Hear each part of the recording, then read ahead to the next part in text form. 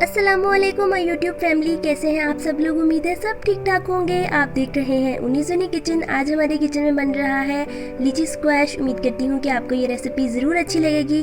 तो चलें वीडियो को स्टार्ट करते हैं। हमारे एक सब्सक्राइबर ने शरकपुर से स्पेशल हमारे लिए फ़्रेश लीची भेजी है, उनका बहुत बहुत शुक्रिया। आप देख सकते हैं कि ये कितनी प्यारी और फ्रेश लग रही है।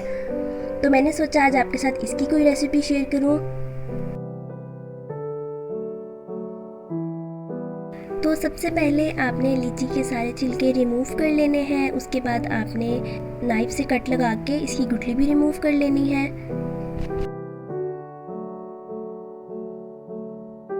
जी, तो सबकी गुठली मैंने रिमूव कर ली है। अब हमने इसको एक ब्लेंडर में डालना है। इसको अच्छे से हमने ब्लेंड कर लेना है।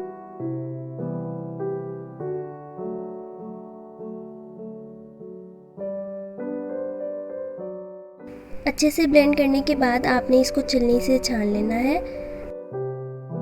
आप देख सकते हैं कि ब्लेंड करने के बावजूद भी इसके अंदर कुछ पार्टिकल्स अभी भी ब्लेंड नहीं हुए, तो आपने इसको प्यूरी से रिमूव कर देना है।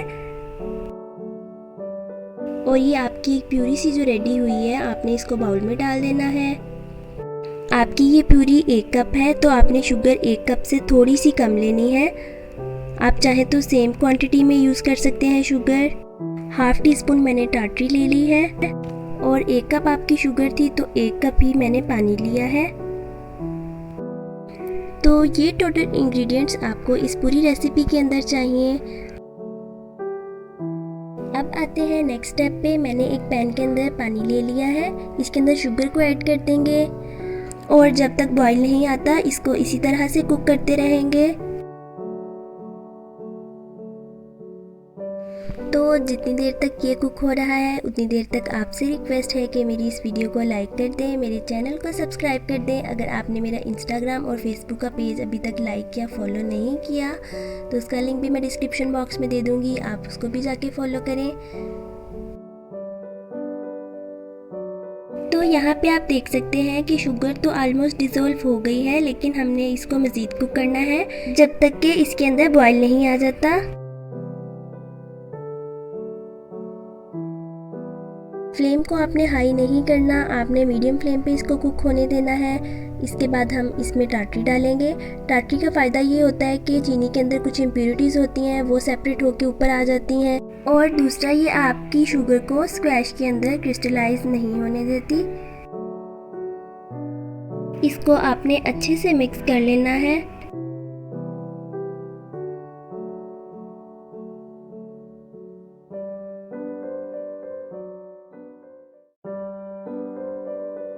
जी, तो जब इसके अंदर बॉईल आना शुरू हो जाए तो आपने इसको 1 से 2 मिनट मज़ीद पकाना है और इसके नीचे से फ्लेम को फ़ौरन से ऑफ कर देना है।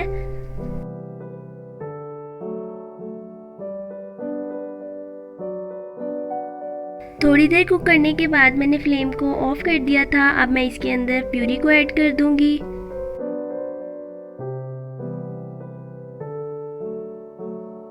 इसको मिक्स कर लेना है और आपकी ये स्क्वैश तैयार है। अगर आप स्टोर करने के लिए ग्लास का जार यूज़ कर रहे हैं तो इसी तरह से इसको डाल दें। अगर आप प्लास्टिक का जार यूज़ कर रहे हैं तो इसको ठंडा करें और फिर इसके अंदर डालें। आप इसको 2 से 2.5 महीने फ्रीज़र में स्टोर करके रख सकते हैं। ये स्क्वैश आपकी ख़राब नहीं होगी। आपने एक ग्लास के अंदर 3 से 4 टेबल स्पून डालने हैं, क्योंकि लीची का जो शरबत होता है अमूमन थोड़ा सा थिक पसंद किया जाता है, लेकिन फिर भी आप अपने फ्लेवर के हिसाब से ऐड कर सकते हैं। मैं आपको प्रिपेयर करके भी दिखा देती हूँ। ग्लास के अंदर मैंने क्रश की हुई आइस डाल दी है। 3 से 4 टेबल स्पून आपने स्क्वैश के डाल देने हैं। उसके बाद आप इसके अंदर पानी डाल देंगे। एक्स्ट्रा शुगर डालने की ज़रूरत नहीं है, क्योंकि स्क्वैश बनाते हुए जितनी शुगर ऐड कर दी थी उतनी इनफ है।